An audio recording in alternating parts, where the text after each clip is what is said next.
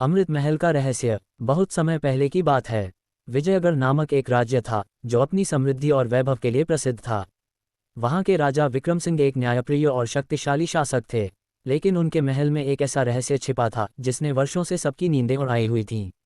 महल के सबसे गहरे तहखाने में एक बंद दरवाजा था जिसे अमृत कक्ष कहा जाता था। कहा जाता था कि इस कक्ष में अमरता का रहस्य छुपा है। परंतु जो भी उस दरवाजे को खोलने की कोशिश करता वह या तो लापता हो जाता या पागल हो जाता।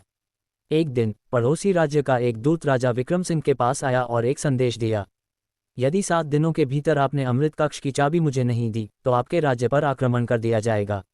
राजा विक्रम सिंह चौंक गए। ये चाबी केवल राजघराने के पास थी और इसका रहस्य केवल रानी के पिता को पता था, जो वर्षों पहले रहस्यमय परिस्थितियों में गायब हो गए थे।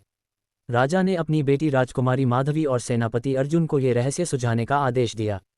दोनों ने महल के तहखाने की छानबीन शुरू की।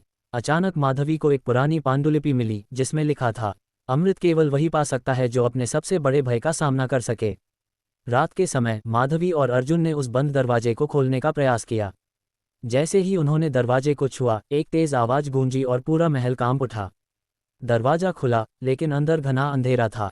वह दोनों भीतर गए और पाया कि वहां एक विशाल पत्थर का ताबूत रखा था। जब ताबूत खोला गया तो उसमें माधवी के नाना की मम्मी मिली। उनके हाथ में एक सुनहरी चाबी थी।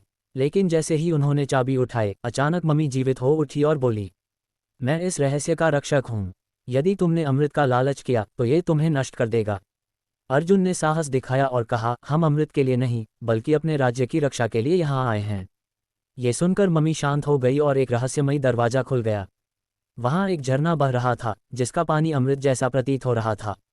लेकिन जैसे ही माधवी ने उसमें हाथ डालने की कोशिश की, पानी काला पड़ने लगा। उन्हें समझ आया कि यह कोई अमृत नहीं बल्कि एक भ्रम है जो लालचियों को फंसाने के लिए बनाया गया था। माधवी और अर्जुन वापस लौटे और राजा को पूरा वाकया सुनाया। राजा ने वह चाबी तोड़ दी ताकि कोई और इस रहस्य के पीछे न जाए।